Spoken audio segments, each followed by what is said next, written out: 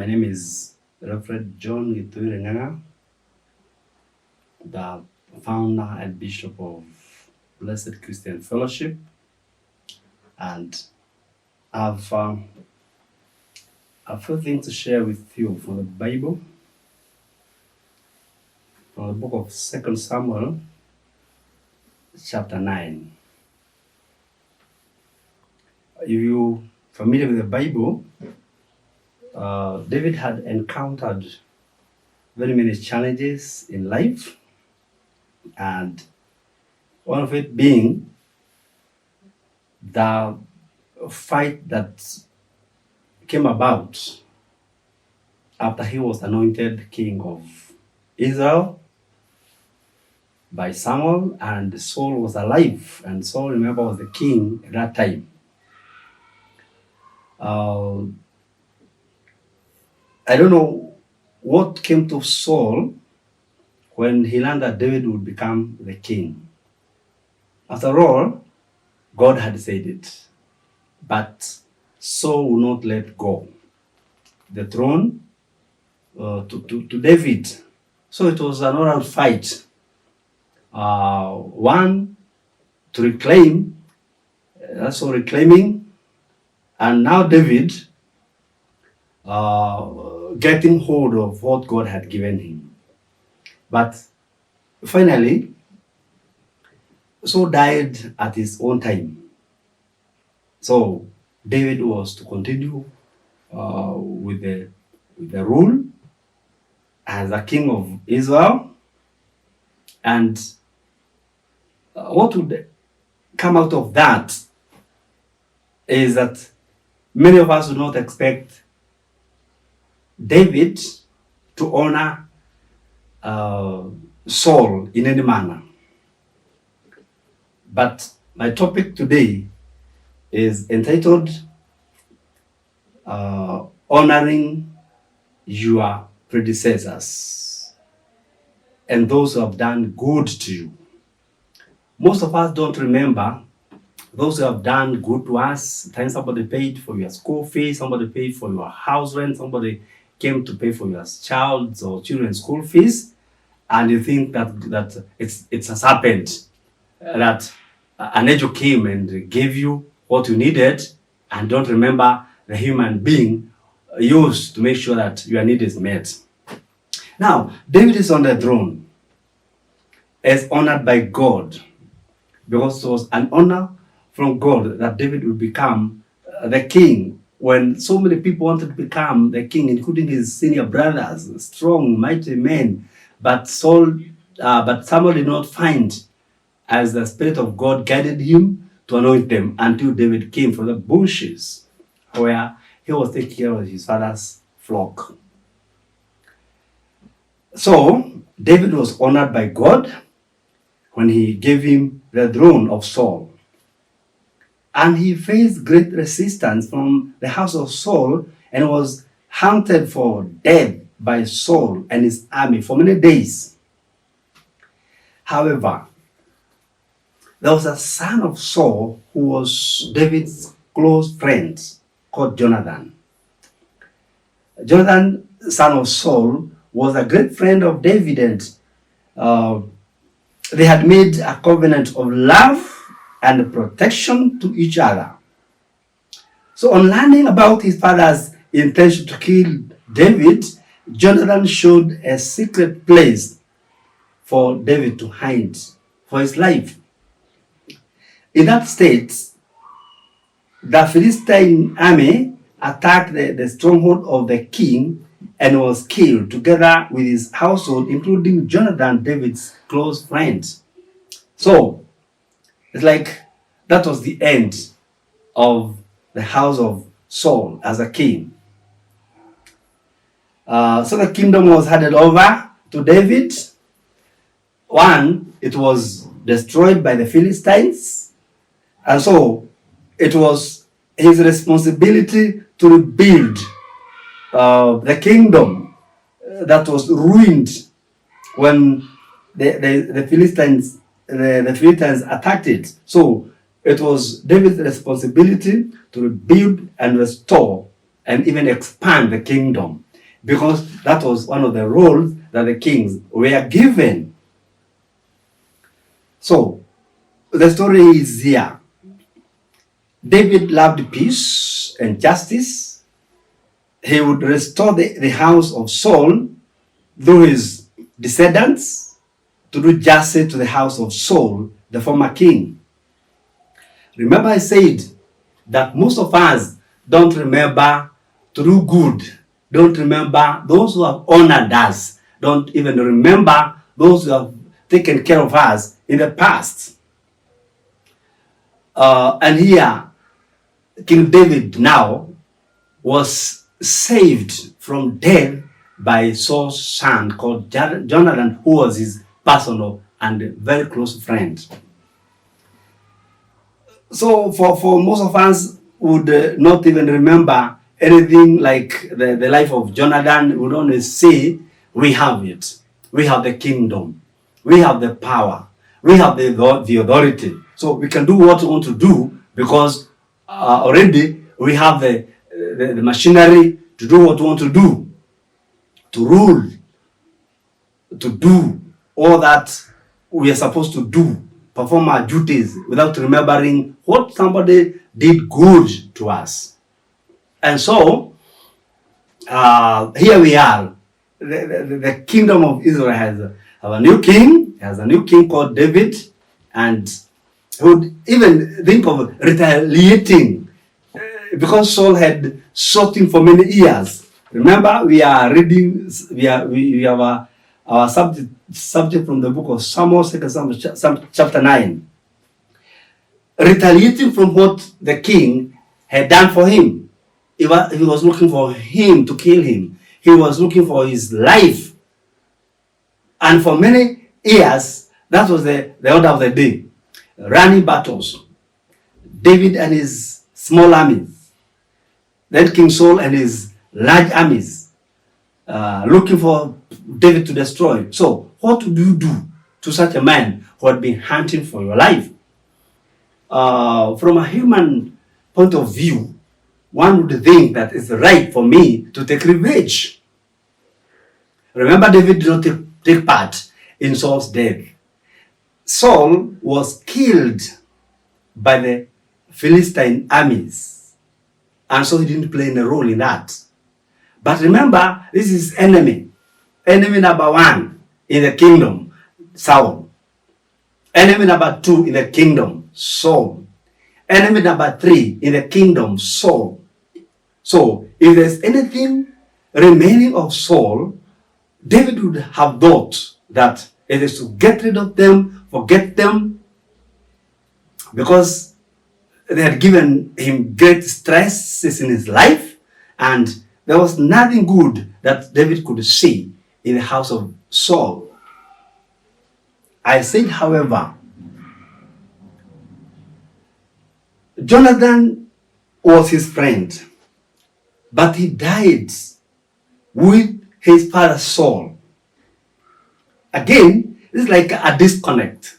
A friend to David who is showing him a place to hide, and he would have thought that possibly if I would do any reward, I would reward Jonathan. But now, Jonathan is dead together with his father. What will I do? That's the end of the kingdom of that house, which is possibly the most common thing that we will do to those who actually are our enemies. But David had a mind, strange mind, I think divine mind, that after taking over the kingdom, one thing that he would do is possibly to reward somebody who had done him well. And this time, it was nobody else but Jonathan. Was there anything surviving of the house of Saul? Anything surviving from the house of Jonathan that he may reward? That's the question that I'm posing today. And the answer here is that the only surviving seed of Saul was the son of Jonathan, who was his personal friend, in fact a confidant, called Mephibosheth. And this man, unlike other people of the time, this young man called Mephibosheth was a lame. Mephibosheth was one of the people surviving in the house of Saul and the house of Jonathan, David's friend. So, as they were running away from the Philistine army in the skirmishes,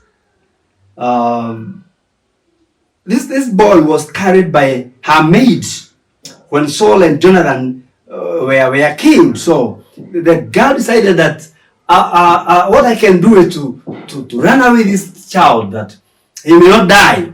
Also, the work of a maid was taking care of the child that she was entrusted with. And this is what she did. Running away, she remembered the child, remembered the boy. So, in the process of rescuing the boy, he was hurt in his 2 feet and became lame.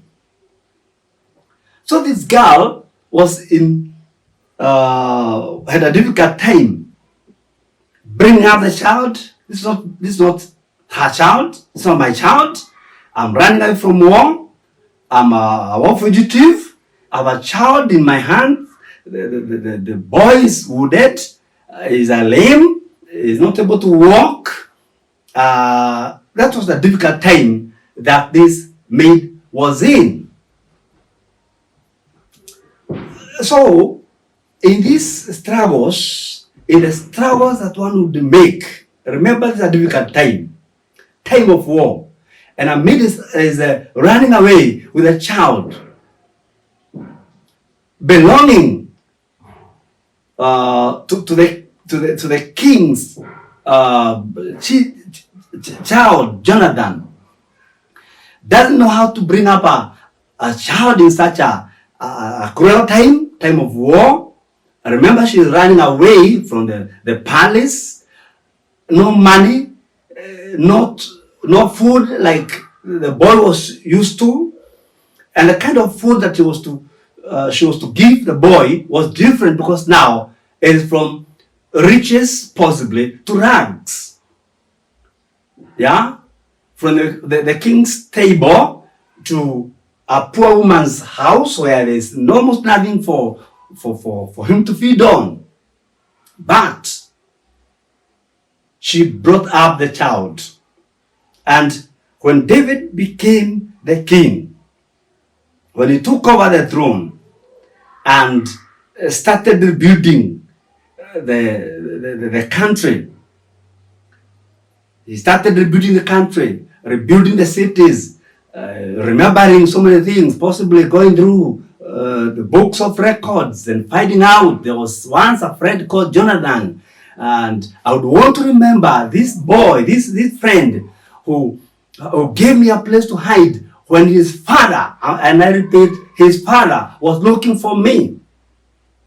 His father was looking for me to kill me, not to give me food at his table, but to kill me.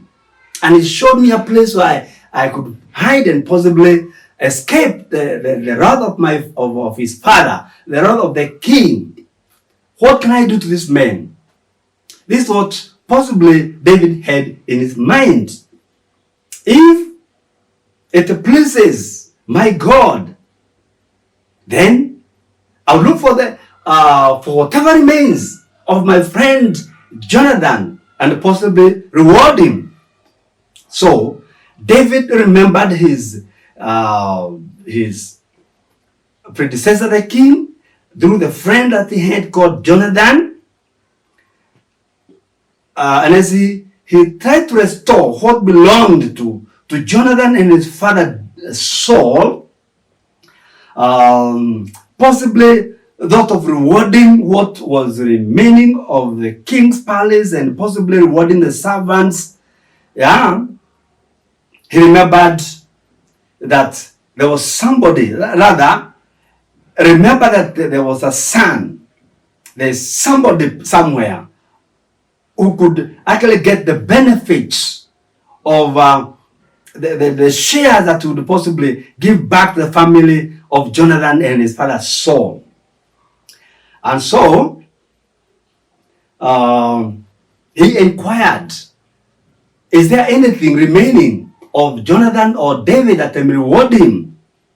And so among the servants was told there is one called Mephibosheth, but the lame. And the lame man was brought to King David's table. He took him to his table, and rather for food, and all the time that man fed from his table. And this was a sign of humility to show that other people would have been appointed to the throne, but God granted him the opportunity to serve in Israel. And he remembered, and I wish that we would all remember those people who have done good to us, who have given us good things. Possibly somebody has given you education, has given you food, has given you any good thing that you can, that you are enjoying, and you have not remembered what that person has done to you. Remember that it is good to reward, rather to pay good for good, but not good for bad. If somebody has done good to you, do good to him. Do that person something good that will remember you. And David remembered, he did good to remember Jonathan and his house, remembering and honoring the predecessors, those who have gone before us, because they have done us good, including our parents, including our teachers, including our employers, and anybody else who has come on your way to lift you up from your situation. That person needs to be remembered. Even if it's a maid who has done you good, even if it's a shower boy who has done you good, remember to honor that person. It is good to remember such people who have contributed to your current position and your status. May God bless you as you remember to do good to those who have done good to you, have given you opportunity to rise from a former position to the current one. God bless you.